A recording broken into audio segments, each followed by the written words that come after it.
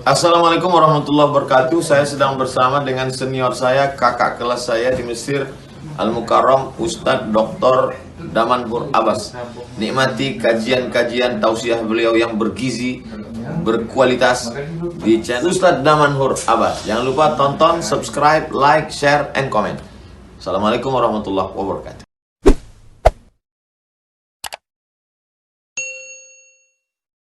Assalamualaikum warahmatullahi wabarakatuh. Alhamdulillahilladzi ahyana ba'da ma amatana wa ilaihi nusyur. Asyhadu an la ilaha illallah lahu da'watul haqq. Harisun 'alaiha wa awjaba tabsyiri biha wa takum minkum ummatu yad'una ila al-khair wa ya'muruna bil ma'ruf wa yanhauna 'anil munkar wa ulaika humul muflihun.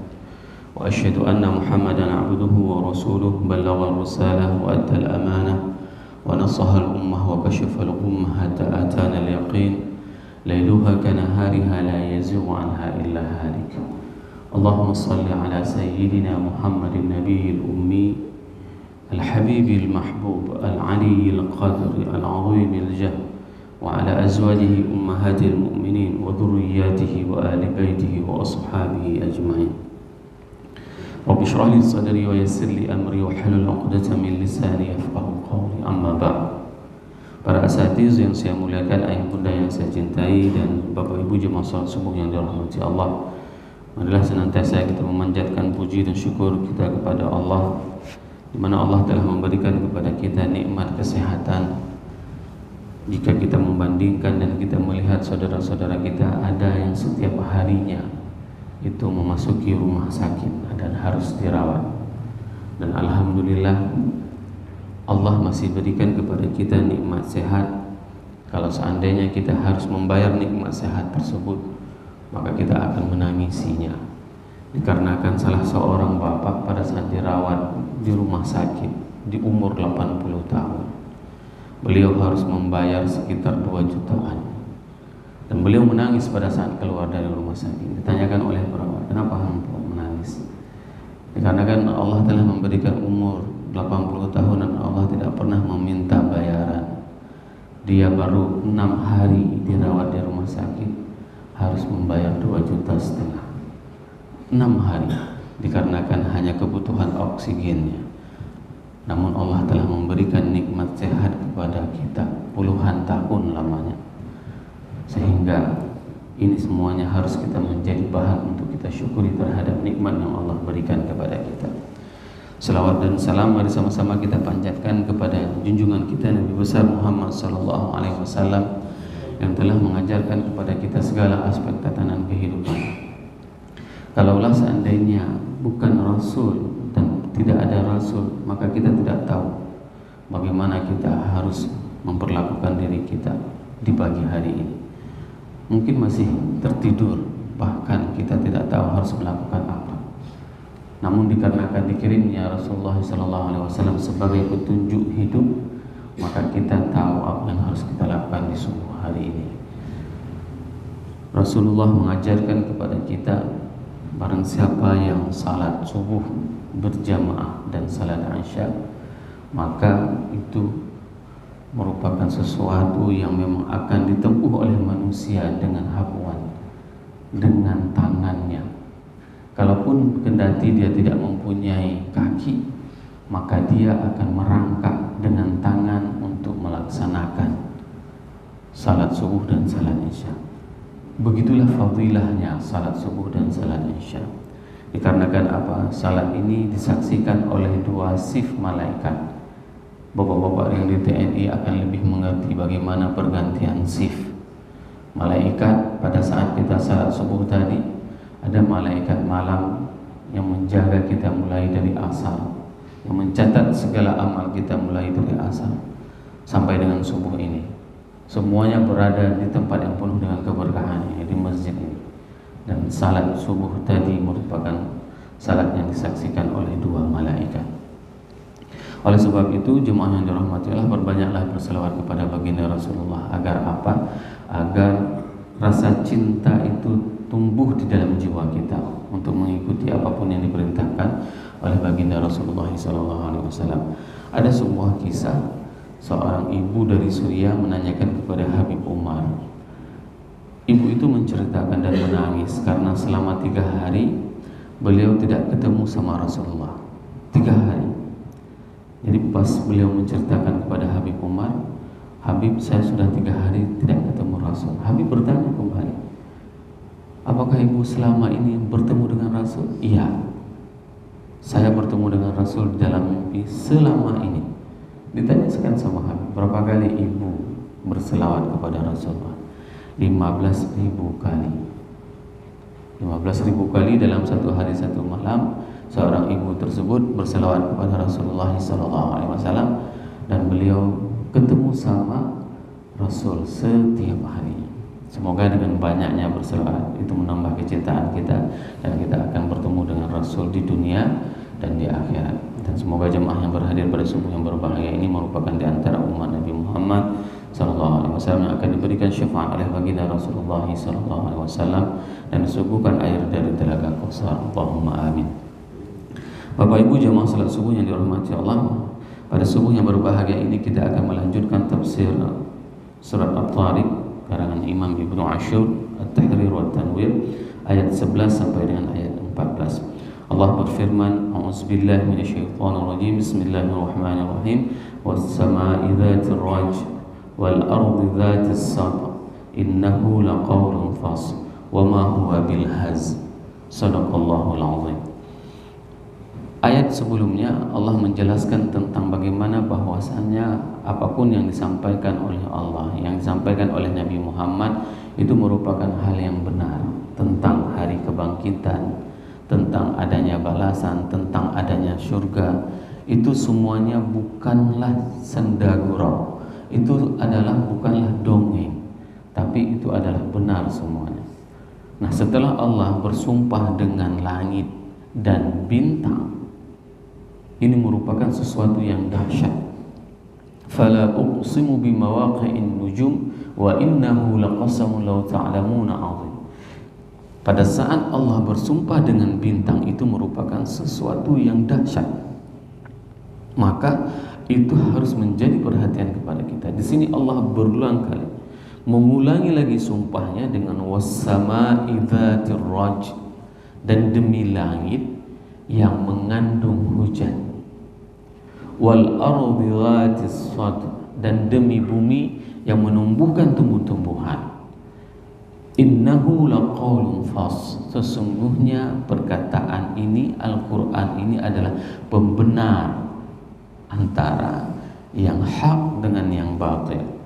Wa ma huwa bil hazl, dan sungguh Muhammad itu tidak sedang bersenda gurau. Ini penjelasan yang sangat dahsyat ketika telah bersumpah di awal, namun Allah bersumpah kembali di bagian kedua, yaitu dengan langit yang mengandung hujan. Ada hal yang menarik Bapak Ibu jemaah yang dirahmati Allah, pada saat Al-Quran menggunakan kata-kata matar dengan ghaith. Ini dua kosakata dan hanya bisa kita pahami pada saat kita mengetahui bahasa Arab. Ghaith itu adalah semua air yang turun dari langit, dan air tersebut memberikan keberkahan, tidak pernah membuat mudarat. Itu pemahaman pada saat kita ketemu di dalam Al-Quran, wa nunazzilu minas sama'il ghaith, misalnya seperti itu, maka itu pemahamannya adalah air yang turun itu penuh dengan keberkahan, tidak pernah membuat mudarat. Akan tetapi pada saat Al-Quran mengungkapkan dengan kata-kata matar, ya, maka itu ada bencana yang akan terjadi dengan manusia. Inilah bagaimana mukjizatnya Al-Quran. Kosakata yang digunakan antara satu kosakata dengan kosakata yang lain itu berbeda penempatannya, sehingga pada saat kita belajar tafsir seperti ini, was-samaa'i dzatir raj, dan demi langit yang mengandung air hujan. Ini menunjukkan bahwasanya hujan itu adalah kuasa Allah untuk menurunkan dan menyetopnya. Kami pernah menyaksikan motor GP di Mandalika, dan saya menyaksikan langsung di Tribun B. Pada saat itu disewa pawang hujan. Apa yang bisa dia lakukan? Tidak ada yang bisa dia lakukan. dengan ritualnya, dengan apa namanya sesajennya gagal. Dan ternyata pada saat kita wawancarai pawang-pawang hujan kelas kampung, kita tanya, apa betul Bapak bisa menghentikan hujan? Enggak, Pak. Jadi ya kita kan udah dibayar suruh datang untuk menghentikan hujan. Kalau berhasil namanya gambling, namanya usaha. Padahal bukan dia yang menghentikan hujan, padahal bukan dia yang bisa menurunkan hujan. Semua itu adalah kuasa Allah. Nah, yang paling parahnya, tingkat pawangnya saja tidak percaya bisa menghentikan hujan. Yang parahnya kita. Bertambah lagi rukun iman, biasanya ada orang yang bisa menghentikan hujan, memindahkan hujan. Ini adalah permasalahan yang terjadi dalam kehidupan kita sehari-hari. Secara saintis, awan yang besar itu mengandung kristal es, dan penjelasannya di dalam beberapa ayat yang lain juga dijelaskan, sehingga apa? Pesawat itu tidak akan pernah bisa menembusi awan yang gelap tersebut. Maka dia harus mencari solusi jalan yang lain. Nah, hal yang paling gampang pada saat kita naik pesawat Susi Air, pesawat kecil. Saya pernah perjalanan dari Medan ke Semulu, dan itu bisa dilihat langsung bagaimana tumpukan awan-awan hitam di atas langit. Sehingga pesawat Susi Air itu tidak akan pernah menembusi awan tersebut, dan dia harus mencari celah. Dan setiap awan tersebut ada celahnya. Inilah yang dinamakan dengan jalan di angkasa. Sama seperti kita pada saat kita off-road, naik sepeda motor, pergi ke hutan, itu kan ada jalannya. Sama juga di langit juga mempunyai jalan. Nah, Allah lah yang menurunkan hujan dari langit sehingga terjadilah kehidupan, sehingga adanya kehidupan di atas muka bumi. A antum anzaltumuhu minal muzni am nahnul munzilun. Allah berfirman seperti itu. Apakah kalian yang menurunkan hujan atau kami yang menurunkannya? Ini adalah pertanyaan yang menohok kepada kita semuanya, agar apa? Pada saat kita memasuki musim kekeringan, pintalah kepada Allah. Maka ada salah seorang khalifah pada saat itu di Andalusia. Dia adalah khalifah yang soleh dan tidak pernah melakukan kemaksiatan. Doanya itu adalah diterima oleh Allah. Kenapa? Doa pemimpin yang soleh, pemimpin yang adil itu akan diterima oleh Allah. Lau aqsamu 'ala Allah ya abarra. Pada saat itu Andalusia kekeringan total, tidak ada hujan. Maka apa yang dia lakukan? Dia keluar rumah, dia katakan kepada seluruh penduduk negerinya, untuk apa? Untuk membawa payung. Kenapa? Karena setelah saat ighasah maka akan turun hujan yang sangat dahsyat. Maka beliau pergi keluar ke lapangan dan salat bersama semua warga negaranya, maka turunlah hujan yang sangat dahsyat. Hari ini pada saat kita tidak turun hujan, apa yang harus kita lakukan? Kita melakukannya secara saintis, pembelian garam untuk mancing turun hujan. Bayangkan satu pesawat yang membawa garam itu miliaran rupiah. Kalau seandainya kita punya pemimpin yang saleh, pemimpin yang setiap hari ke masjid, mengajak anak buahnya ke masjid, ya, dan mereka itu adalah orang-orang yang ucapannya itu didengar oleh penduduk langit. Lau aqsamu 'ala Allah la abarra. Maka mereka akan dipenuhi pintaannya oleh Allah. Wal ardi dzatis sad, dan demi bumi yang mengeluarkan tumbuh-tumbuhan. Imam Ibnu Ashur mengatakan di sini bahwasanya waftatahal kalam bil qasam tahqiqan li tasdiqil Quran. Bahwasanya sumpah di sini ini menunjukkan bahwasanya Al-Quran itu adalah sesuatu yang pasti, Bapak Ibu jamaah. Apapun yang diungkapkan di dalam Al-Quran itu adalah janji pasti dari Allah. Lihatlah siapa yang menurunkan hujan, itu adalah Allah. Lihatlah siapa yang menumbuhkan tumbuh-tumbuhan di tanah, di bumi, itu adalah Allah. Saya bulan kemarin di Loser melihat dengan kepala sendiri bahwasanya ada pohon yang mungkin sama sekali umurnya itu jauh lebih tua pohon tersebut dengan umur kita. Siapa kira-kira yang bawa bibit ke Loser itu untuk menumbuhkan tumbuhan tersebut, tanaman tersebut? Tidak ada. Itu semuanya tumbuh dikarenakan Allah yang menumbuh. menentukan. Dan ini ungkapannya, wal ardi dzatis sadr.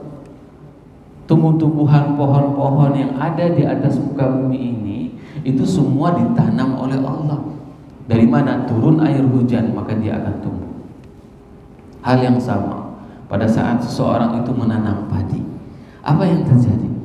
Dia tidak pernah menanam rumput, akan tapi rumput itu akan tumbuh.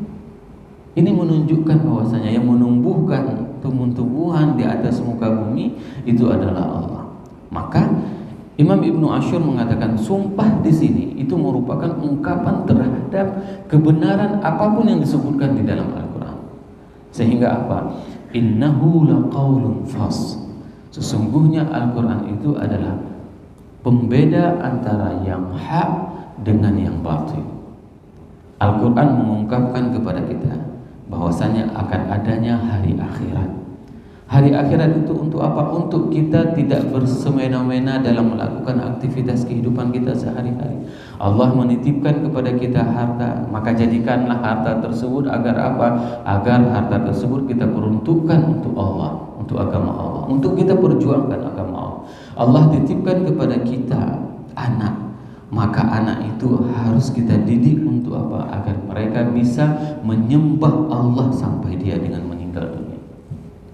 Allah titipkan kepada kita jabatan, maka jadikanlah jabatan tersebut agar kita bisa mendekatkan diri kita kepada Allah dan minta kepada Allah agar diberikan jabatan yang lebih besar lagi, agar lebih banyak lagi pengaruhnya terhadap agama Allah ini yang bisa kita berikan kontribusi. Inilah yang dinamakan dengan innahu laqaulun fasl. Kalau kita melihat bahwasanya Al-Quran itu adalah pembeda antara hak dan batil, maka ini harus menjadi acuan dalam kehidupan kita. Jangan pernah kita meninggalkan Al-Quran dan hadis. Dan kita tidak akan pernah bisa memahami Al-Quran dan hadis kalau seandainya kita tidak mempunyai ulama. Sama seperti kita ngaji di subuh ini. Dari mana kita bisa mengetahui bahwasanya ini adalah sumpah yang kedua menunjukkan tentang benar apa Al-Quran itu, kalau bukan dari perkataan ulama. Dan ulama tersebut mengambil sanad keilmuannya dari gurunya sampai kepada Rasulullah sallallahu alaihi wasallam. Benar kata-kata kita harus kembali kepada Al-Quran dan hadis, tapi harus melalui guru, harus melalui dengan talaqi keilmuan.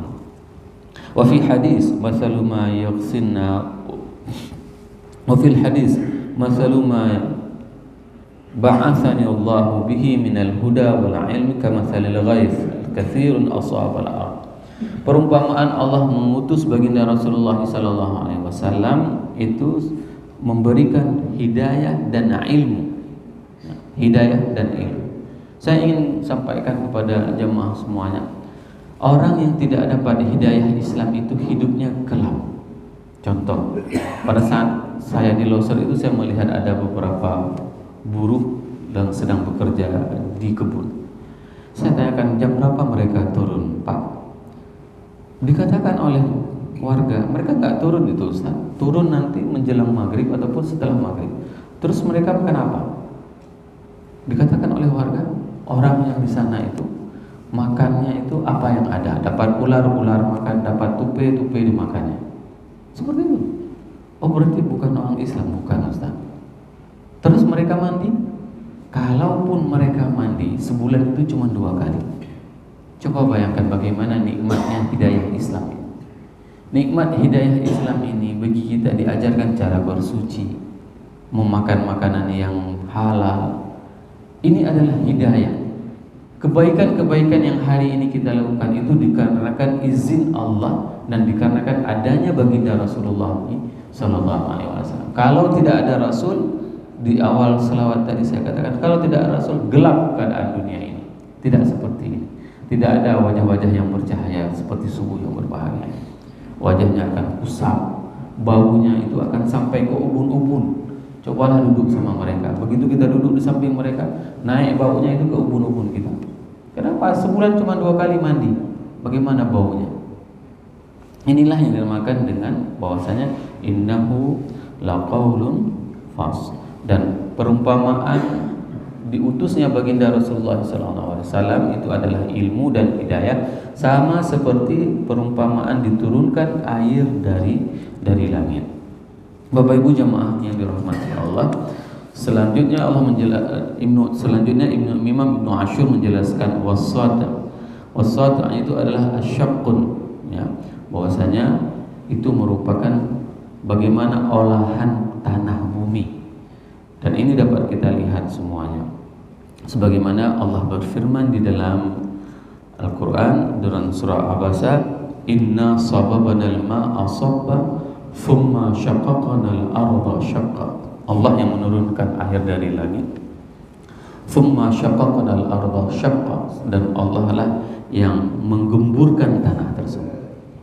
Coba lihat, ada tanaman-tanaman yang ditanam di Aceh tanpa harus pakai pupuk, ya. Ada tanaman-tanaman di Aceh harus tanpa pupuk. Di sana jagung itu ditanam dan akan tumbuh di dalam bebatuan di Kutajane. Di dalam batu itu tumbuh keluar jagung. Coba bayangkan bagaimana suburnya tanah yang ada di atas muka bumi ini.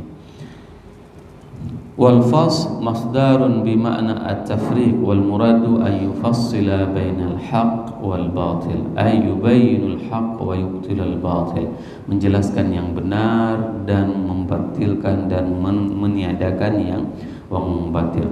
Wal ikhbar bil masdar lil mubalaghah, dan di sini diungkapkan dengan kata-kata asal yaitu masdar ini untuk mengungkapkan sesuatu yang spektakuler, sesuatu yang sangat luar biasa. Ai innahu laqaulun fas, bahwasanya Al-Qur'an itu merupakan sesuatu pembenar, pembeda antara siang dan malam, antara kebenaran dengan kesalahan, antara hak dan batil. Dan yang terakhir, innahu wama huwa bil haz, bahwasanya setelah Allah memuji-muji, mengatakan bahwasanya Al-Quran itu adalah benar dan bagaimana diturunkannya air dari langit dan disuburkannya bumi, maka Allah menunjukkan bahwasanya apapun yang disampaikan oleh Nabi Muhammad itu adalah bukan sendagoro. Terkadang kita menganggap remeh perkataan Nabi Muhammad SAW sehingga kita tidak mau mengikutinya. Hari ini cobalah perbaiki tatanan kehidupan kita sehari-hari, mulai yang paling kecil. Bapak Ibu jamaah yang dirahmati Allah, jangan pernah lagi minum dengan tangan kiri, jangan pernah lagi makan dengan tangan kiri. Kenapa? Karena Rasul itu menyuruh kita untuk mengkonsumsi makanan dan minuman dengan tangan kanan. Suatu saya di Amerika, itu ada yang dinamakan dengan potluck. Kita setiap akhir bulan kita buat standing party di kampus. Ini adalah sebuah kebiasaan yang menyalahi dari apa yang diperintahkan oleh Rasul. Cobalah lihat dari segi ilmu kesehatan. Orang yang mengkonsumsi makanan sambil berdiri itu jauh tidak sehat jika dibandingkan dengan orang yang mengkonsumsi makanan sambil duduk. Siapa yang mengatakan makan minumlah kamu sambil duduk? Rasul. Maka apapun yang diucapkan oleh Rasul lakukan. Kalau masih berat, banyak-banyak selawat. Agar apa? Agar rasa cinta dalam jiwa kita untuk mengikuti apapun yang diperintahkan oleh Rasul itu tumbuh.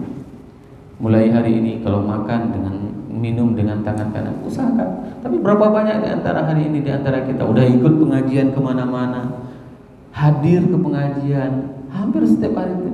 Tapi begitu minum kopi dengan kiri. Di mana kehadiran Rasul bagi diri kita pada saat kita sedang minum kopi?